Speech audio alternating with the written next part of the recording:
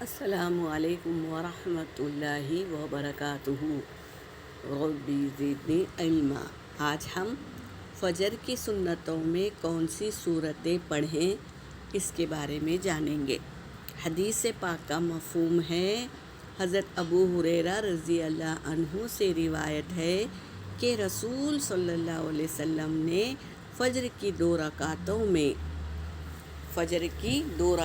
میں قل یا ایھا الکافرون یعنی سورہ کافرون اور قل ھو اللہ احد یعنی سورۃ اخلاص تلاوت کیے۔ تو حدیث سے ثابت ہے کہ فجر کی 2 رکعت جو سنت ہوتی ہے اس میں یہ سورت پڑھیں، کیونکہ آپ صلی اللہ علیہ وسلم نے بھی یہی پڑھا کرتے تھے۔ اور ایک حدیث پاک کا مفہوم ہے کہ حضرت عائشہ رضی اللہ عنہا نے فرمایا کہ نبی کریم صلی اللہ علیہ وسلم فجر کی سنتیں پڑھی تو اس میں یہ قل یا ایھا الکافرون اور قل ھو اللہ احد سورتیں تلاوت کی، اور آواز کو ایک دم دھیمی آواز سے پڑھا، اور مجھے ایسا گمان ہوا کہ آپ صلی اللہ علیہ وسلم نے سورۃ الفاتحہ پڑھی یا نہ پڑھی، اس طرح گمان ہوا۔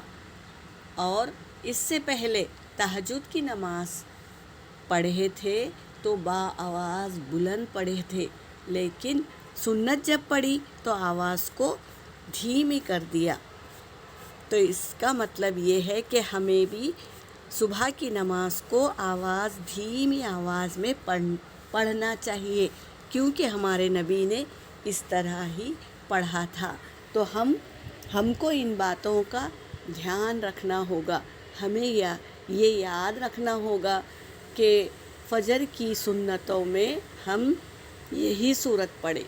کیونکہ ہمارے نبی صلی اللہ علیہ وسلم فجر کی سنتوں میں یہی پڑھا کرتے تھے، تو ہمیں بھی اس کو یاد رکھنا ہے۔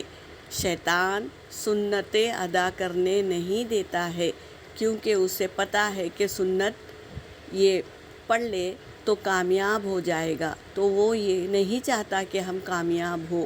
تو ہم کو یاد رکھنا ہوگا، فجر کی سنت میں ہمیشہ یہی صورت پڑھیں، معمول بنا لیں، عادت بنا لیں، تاکہ ہماری زندگی بھی ہمارے نبی صلی اللہ علیہ وسلم کی جیسی کامیاب زندگی تھی اسی طرح ہماری زندگی بھی بنے۔